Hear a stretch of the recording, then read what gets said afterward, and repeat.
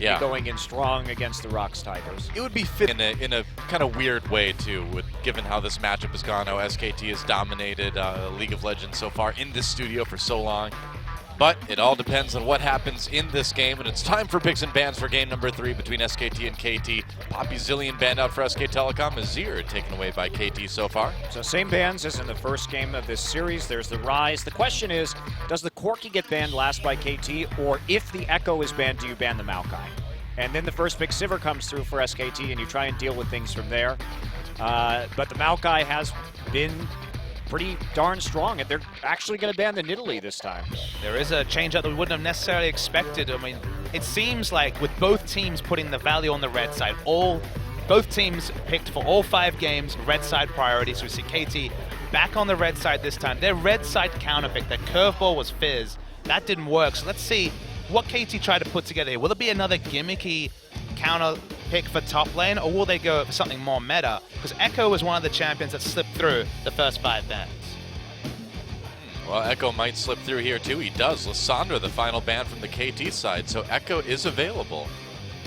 And will be taken. It's gonna get picked, yeah. So Sumday's answer to Echo in the Telecom Wars a couple of weeks ago was Kennen. Now the Kennen laning phase is very poor against Echo, but of course Kennen can have that massive impact in team fights if he's left to it. Just the issue is, in the long lane, Echo has a lot of chase potential to kill that Kennen.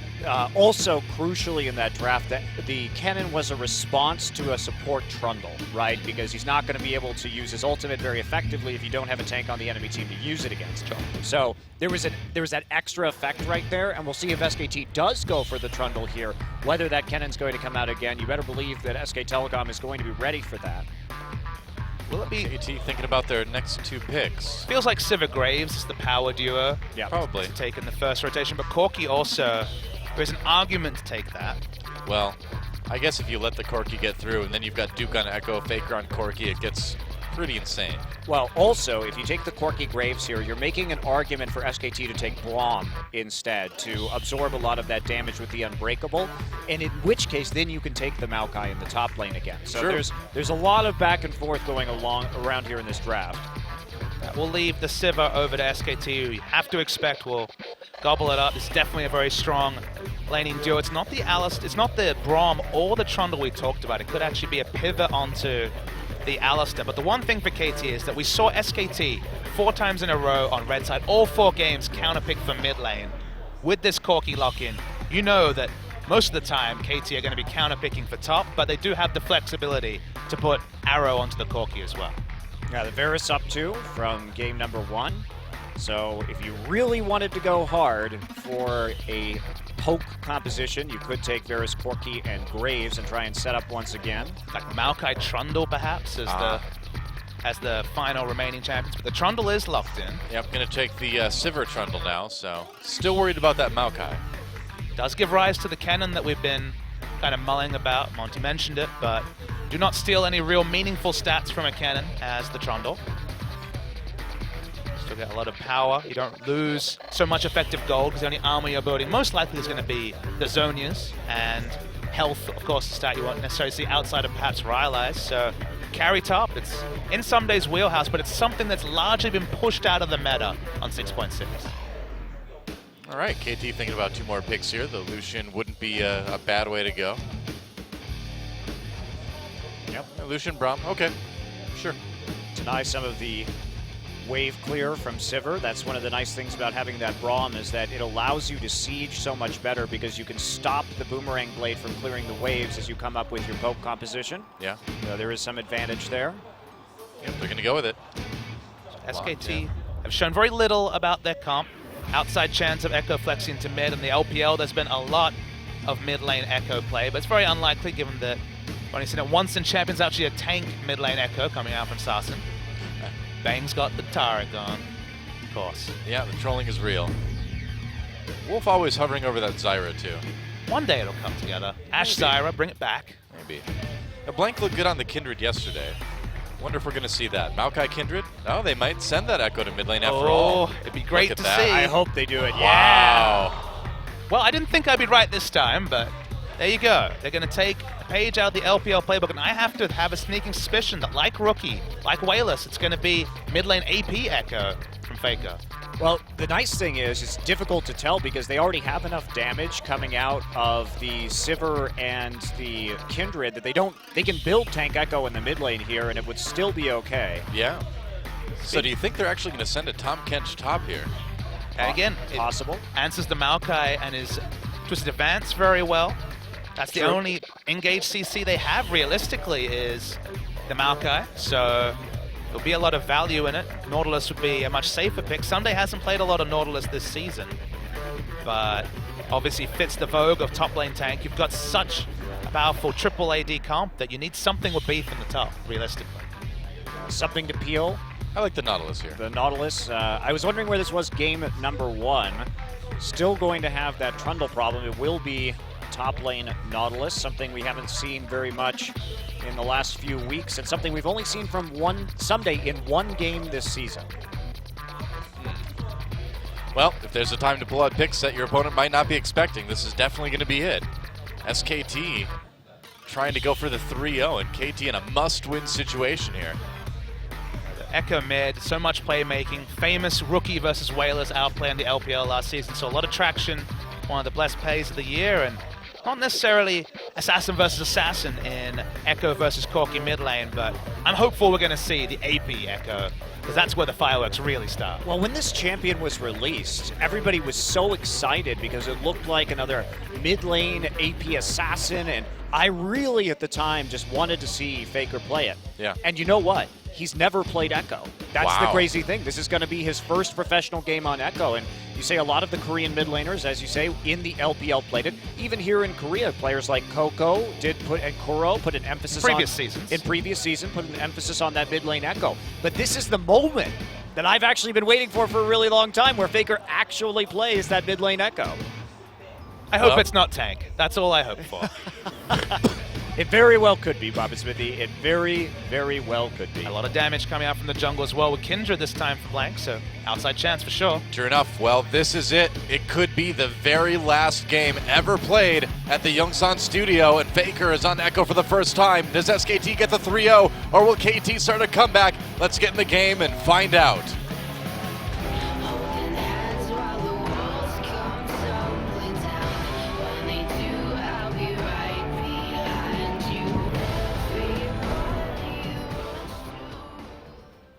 Welcome to Summoner's Rift for what could be our final game tonight here in the last playoff match before the grand finals. SK Telecom versus KT Rolster, the Telecom War. And it could come down to a 3-0 for SKT unless KT finds a way to start bringing things back in their favor right here, right now.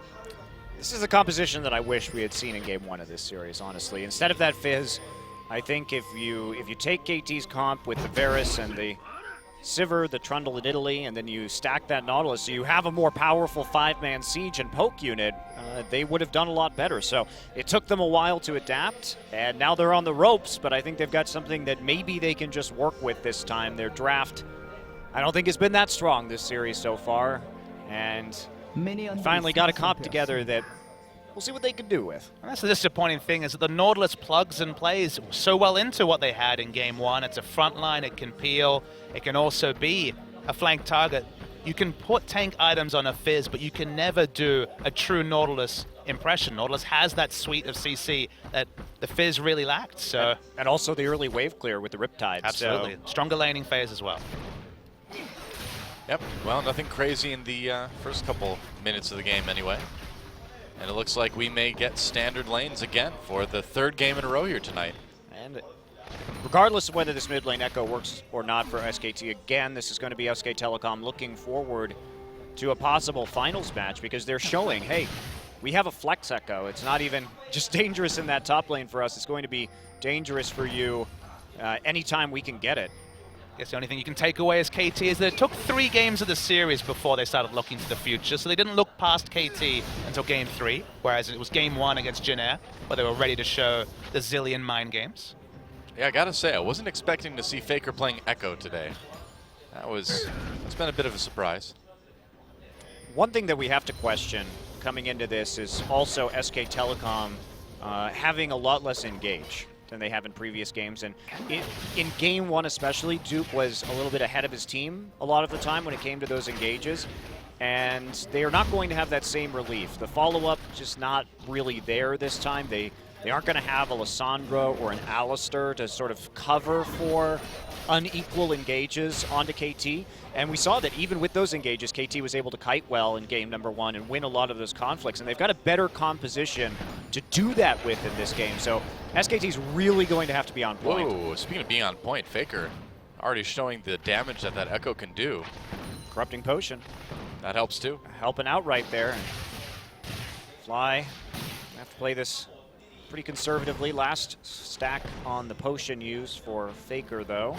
Fly still going to be able to sustain up a little bit with that Doran's Blade, but he's burned through his consumables already. It looks like he's just going to go for the recall here.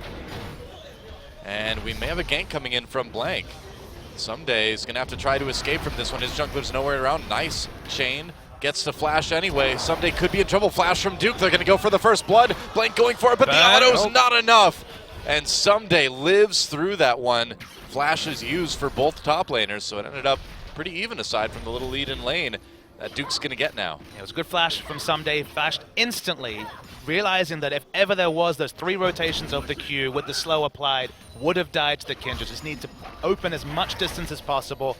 One auto attack was the difference between first blood and not for Sunday. Yeah, fortunately had that another charge of that potion to use too to keep himself alive against the red buff burn. So SK Telecom now resetting a little bit, score back in the jungle. Nothing really to farm in that top side. Someday he decides to use his teleport early on here. Yep. Nice pillar from Wolf, getting some autos onto Hachani. Arrow's been starting to take some damage there too. Faker roaming a little bit for the ward. A really deep ward. Yeah.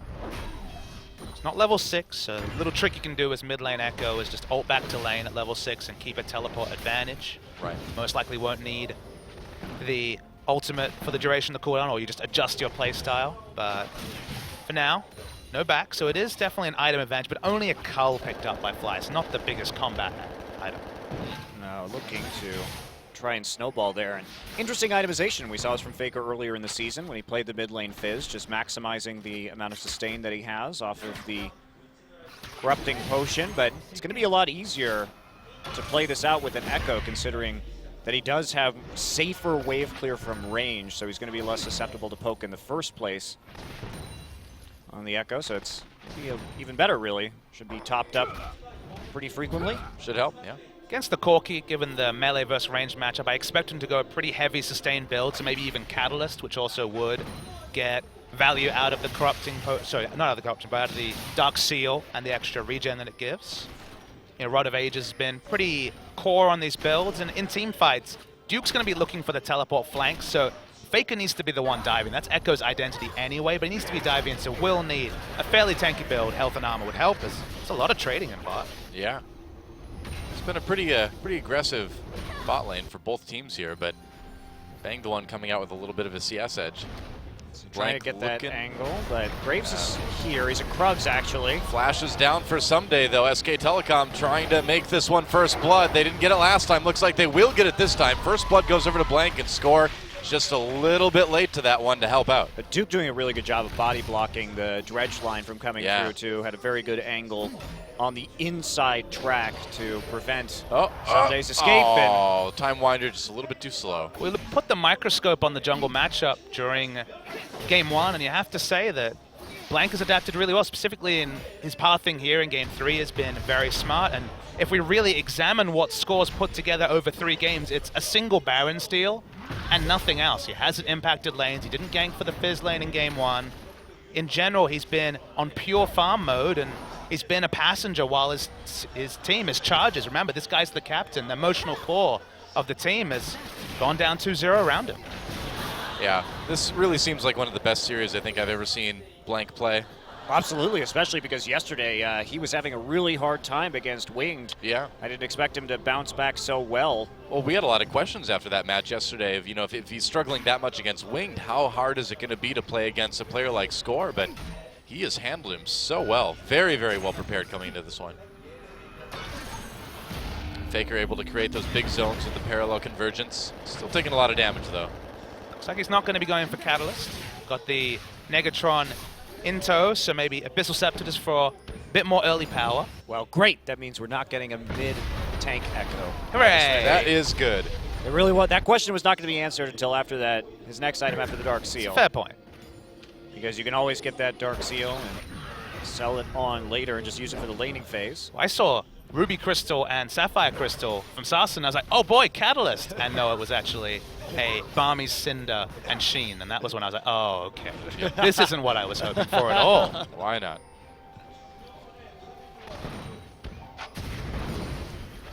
Well, a little bit of a lull in the action here. Fly, understandably, may be able to get a nice little CS edge in mid lane once he hit that level 6.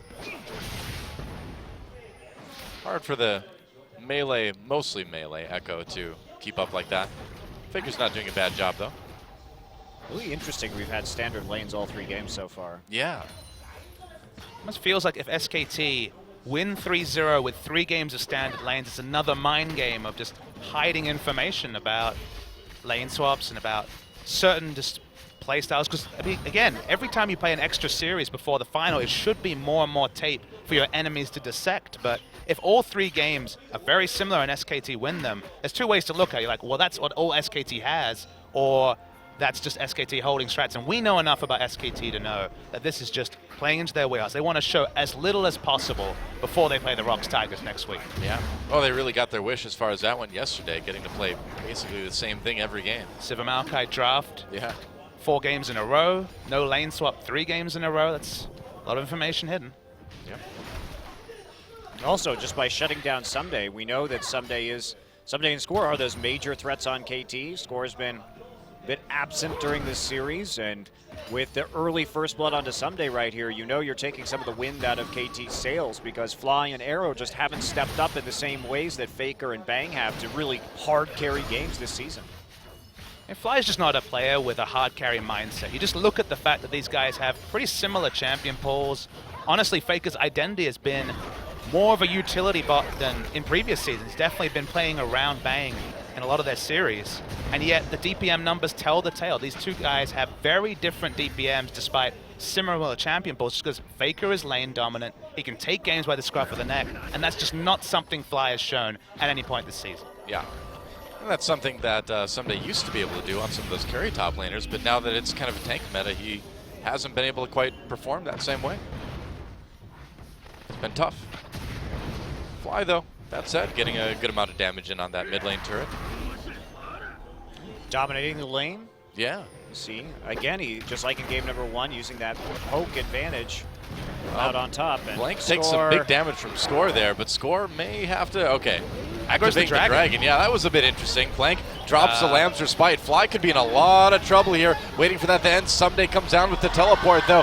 First kill comes in, actually kills on both sides, as Someday picks one up onto Blank, but Score taken down as well. Faker on his own, jumps back onto Fly, and there's a kill for that mid lane Echo. Someday still chasing, but Duke is going to stop him. Here comes Bang and Wolf, and now Duke the one in big trouble. You know, I know he's made to like stay under the water, but he was in over his head that time. Well, that was a Nautilus joke. I got it. There you go. All right.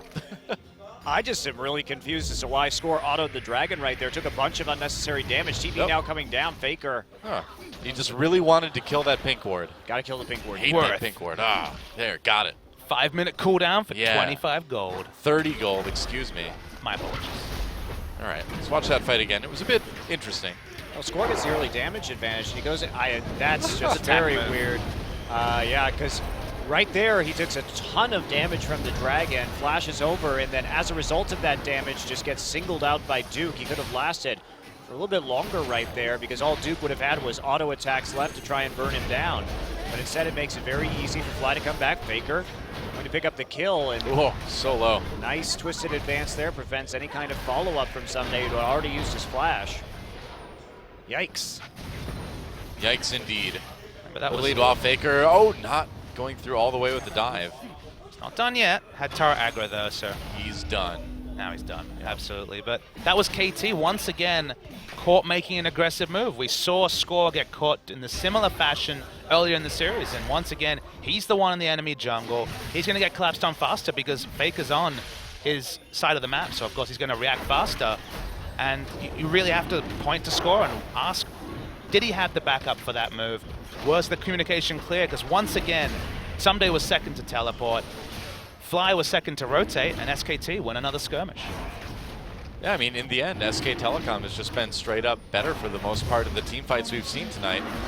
That's been largely the difference in SKT. Third game in a row, third first dragon in a row. I think you're underselling SKT. I think they've actually drafted better than KT as well. Specifically game one, we'll keep coming back to. In general, I would say over the 3 games, comfortably drafted better. It's a head scratcher. I wouldn't accuse you of underselling SKT. I was going to say, that's the first time anyone's ever accused me of that. But too often, Doa, but you managed it somehow. Undersell SKT? No. I don't know how to do that. How do you undersell a team that's going to probably win 3-0? But it's looking like it. Looking good. Yeah, working on that bot lane turret now. And where does KT go from here? How do they turn this one around? I mean, they still have the stronger siege composition, so if they can actually get to the point where they can comfortably group up, they should have a lot of advantages. And in some engages, again, the limited engage from SK Telecom, if they can successfully rebuff a Maokai engage and kite, they're going to be pretty strong here. Yeah, the answers to KT's comp is mostly around teleport flanks, so that's 5-minute cooldown that you have to pull off every time, compared to KT who can group the moment they get Trinity Force, the moment they hit certain item spikes and push down turrets. So SKT have shorter and closer windows, but so far they've been better at acting upon their power windows, and that's the concern for KT, is they haven't hit their power spike just yet because they've fallen behind, and they need to be so specific when they do. You know, they've been getting nearly every Rift Herald, too, this series. They've been getting nearly every objective. This is the 3rd game in a row they've had first Dragon. Is it one Baron? Is that basically everything that KT's picked up, neutral-wise? The stolen Baron. They picked up a few Dragons here and there, right? But yeah, I think they got like 3 total this series. Few and far between. That's a bit rough. Wow, Someday really, really low up in the top lane. I guess Blank just got a kill. Yeah, there you go. Well, I wasn't expecting to see that either, Observer. Don't feel too bad. Well, now the question is, they're going to have to answer this on the bottom side somehow. Faker doesn't have TP. Yeah, Bank could be in trouble. They're going to go for the dive. Bramalt misses. Bank flashes, but Score's still going to pick that one up. Wolf trying to slow him down. Duke comes in with the twisted advance, but that's a bit dangerous when there's 3 members of KT already there. Score low, but I don't think they can get one out of this. This could be good for KT. They're going to bring it back under the turret. Score flashes. Duke wraps him up, so that will be a 1-for-2 trade at least in favor of KT. Faker looking for Achani, though. I think he knows exactly where he is. Yep, there's the Time Winder, and Achani is out of time. And life, and hit points. So across the map, I believe 3 for 3 overall. Yep. Blank actually managed to walk from killing Nautilus at his inner top lane turret to getting an effect down bottom. That's fun. Not bad. SKT still maintains that kill lead and a nice 2,000 gold lead. That's what should happen up top lane. Okay, Blank just decided that. Remember, some days at almost full life, and this just lets you know that if Kindred gets a little bit ahead, he just walks literally down the lane, proxy kills a Nautilus. Wow. All right, then. Soloed. And Faker's going to take that advantage of not having the dual lane of KT there to actually grab that turret that was already very low, so staying in the right place. So SK Telecom continues to expand their gold lead when the dust from all those cross-map plays actually settles someday. Getting the first few hits here down onto this turret, but that's not going to do much. Faker's teleporting.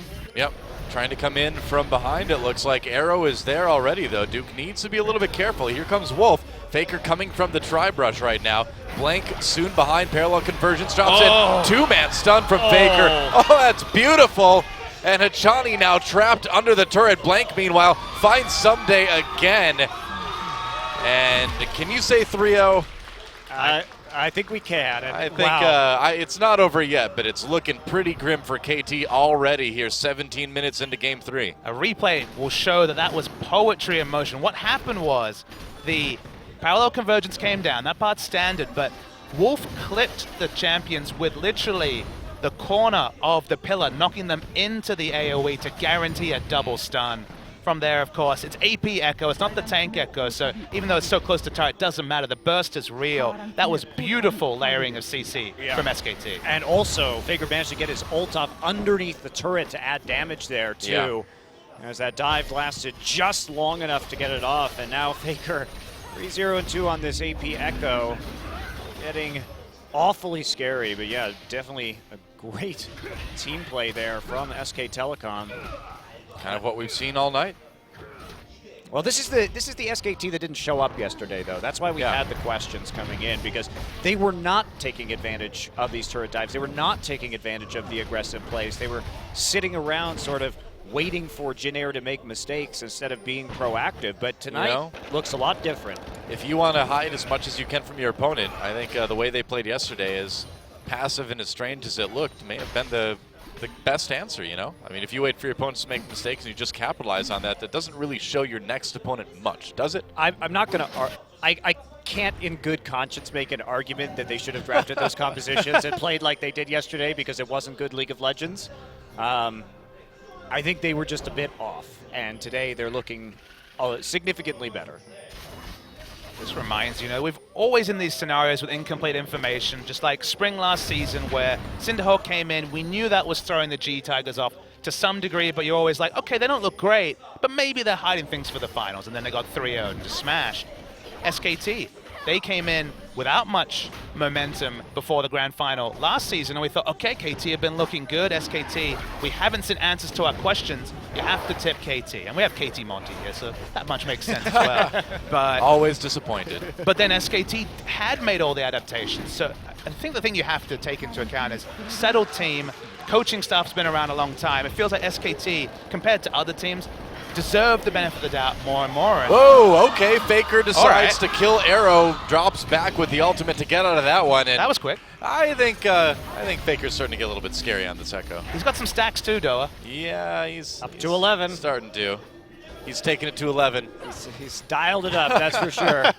Got his 30 AP out of that Dark Seal. And surprised he just doesn't start there. Here's the scary thing, because if he gets to 15 and he upgrades into that Medjai's, that's an additional movement speed boost that he's going to get out of that item. And I don't even want to know what an AP Echo with... Wow, they caught the... They killed it as it went away, wow. Yeah, they killed the Rift Herald as the Baron was coming in. But wow, what do you know? When you combine the... I don't think I got the credit, actually. They do. As you combine the passive from the Echo with the extra movement speed from... I mean, there's no escaping him at that point. I mean, get a Lich Bane and chase for days. It's going to be obscene. Okay, then. Well, Arrow trying to defend his mid lane turret, but it's already a 5,000 gold lead at 20 minutes for SK Telecom. I help but feel there'll be two what could have beens when it comes to playoffs this season. Afrika notably choking in their match against Jin Air. I'm not saying KT's choking, but we were expecting them to be fierce competition today, and drafting game one, certainly questionable. SKT in game two, just one mistake, they pounced on it, and game three seems to be the culmination of everything, and SKT really running away with the series. Yeah. Baron was really attached to that ward. Oh, Several all right. They're going to go in on this, it looks like. Thinking about it, blank over the wall. Oh, they've caught Someday again. Well, it's definitely not Someday's day today.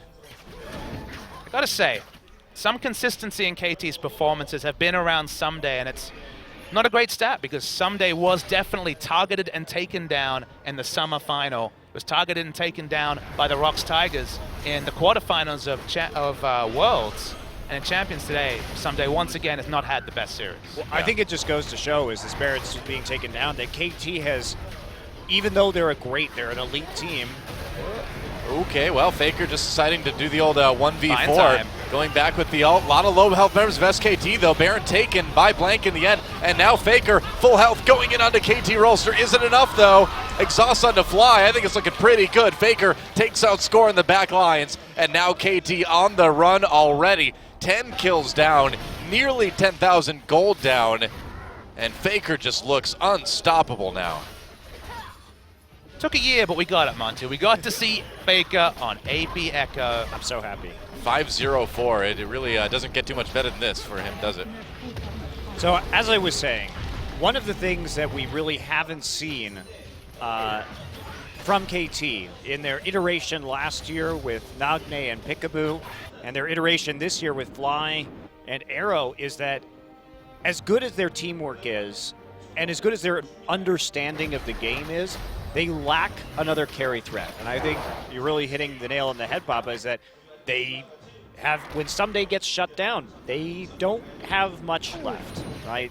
Score, even in this carry jungle meta, and the fact that he was really farmed, especially in game 1 on that Nidalee and landing a bunch of those spears, chunking people out, it's just not enough. They need something, they need more punch from either the AD carry or the mid lane role, and it's been a consistent problem. Seems that way. Oh boy. I feel like we just saw this about 20 seconds ago. Oh, more than that, because it takes longer for somebody to come back after being dead. So I guess it was more like about 40 seconds ago. Yeah, Fly on the run. He should be able to get out of this, I think. Wait, Bang packaging pops aggressively, remember? Yeah, Sivir's pretty fast. Ooh, Fly can do damage, though. Gotta be careful. Big one gets absorbed by some minions, though. He's playing around the vision. Yeah, he is. All right. Oh, nice boomerang blade from Bang. Oh, dodge. And Here Maokai's comes Duke. there, yeah. He TP'd in for this. Okay. Oh, not even the assist. Poor Duke. Oh, meanwhile, Blank dies. But I think that's going to cost KT an inhibitor here. A couple of dragons means that threat is really high. He's got the Magi's now. All right, Bank could be in trouble, though. Low health. Arrow, though, a little bit lower. Duke looking for one. Gets a kill. They trade 1 for 1, maybe 1 for 2, but it doesn't matter. Look at this. Faker just going after the inhibitor himself. Meanwhile, the mid inhibitor turret is dying. How do you feel about split push support, Stoa? I feel great about it, man. Duke just going out, killing Score. Wolf showing up to help out with that one. Actually, no, Wolf stealing it like the bloodthirsty support he is. And this game is all but over, guys. KT are checked into a Naver account, buying tickets for the final. They're certainly not going there. So. Well, if they're going there, it's only as spectators. Faker gets knocked out, finally killed off. No. All my stacks. Well, we'll see if he sells it right away. Yeah, you should sell it now. Yeah, probably. Maybe he can finish on Zonia's. So sad. Well, there's 13,000 gold lead for SKT. So sad. I He's was not sad. selling That's the it. second time I've nearly seen an Echo with 15 stacks on Medjai's. So first it was Someday, now it was Faker. I feel like your new white whale is the land speed record Echo. I know. I want to see it. I don't want to kill it, Papa Smithy. Jeez. You sure? No. You don't want to Majestic dissect animal. it for your scientific goals? Pretty sure that's not why Ahab wanted to kill Moby Dick. He didn't want to dissect it. Probably just wanted all the oil in its brain or whatever. No, he was just mad at it. Blind rage, much better motivator. Sometimes you just get mad at whales. Well, they do when it eats your leg. I That's suppose. That's a good point, yeah. Moby Dick's one of my favorite plays. Oh, good. Meanwhile, Dragon taken by SKT yet again as we finish off watching this replay. I mean, at this point, it's just a culmination of the early game. It's a very much a meanwhile act because Faker split pushes multiple turrets and an inhibitor. And you were right about the support Trundle because apparently that could split push as well as Wolf just split push the mid lane. Yeah. Again, while this was all happening. Oh, Faker kept the Magi's, by the way.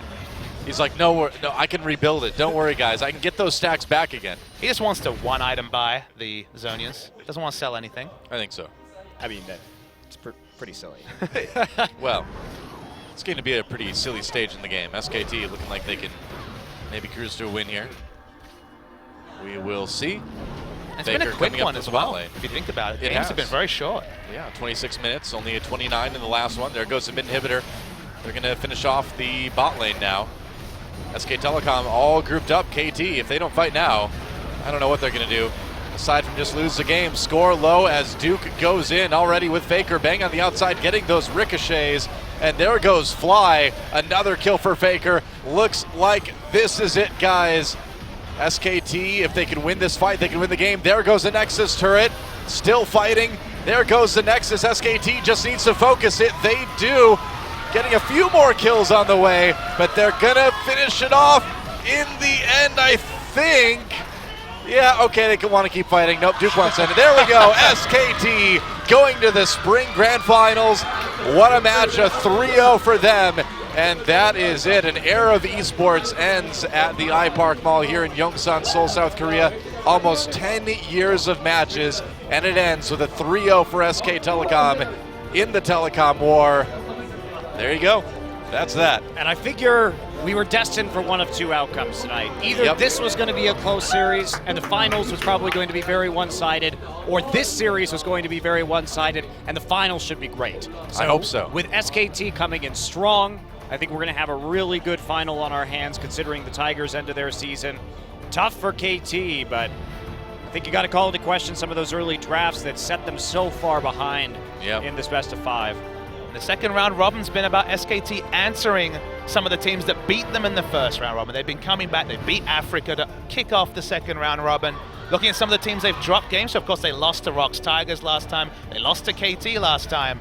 Time to right some of those wrongs if you're SKT, because it would be quite the tale, quite the rising, almost like a phoenix after such a poor start of the season to come out winners against Rox Tigers. This is also going to be SK Telecom's 3rd regional finals in a row here in Korea.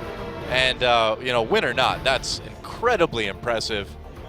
Well, I mean, the last 3 finals, or the last 3 top 3s have basically been KT and the Rox Tigers. I mean, we've only seen KT, SKT, and Rox in the finals in the last year and a half. It's a good point. It's a very good point. With this result, in the LCK era, KT versus SKT, the Telecom Wars, one of the easiest sells, a very high rivalry, 18-5 to SKT is the game score. Wow. And only one best of victory for KT, and that happened just a few weeks ago season. now, yeah, that's right. So, SK Telecom, let's see who the MVP is for Game 3. Of course it's going to be Faker. That great mid lane echo play really wrecked KT, man. Nothing else to say about that.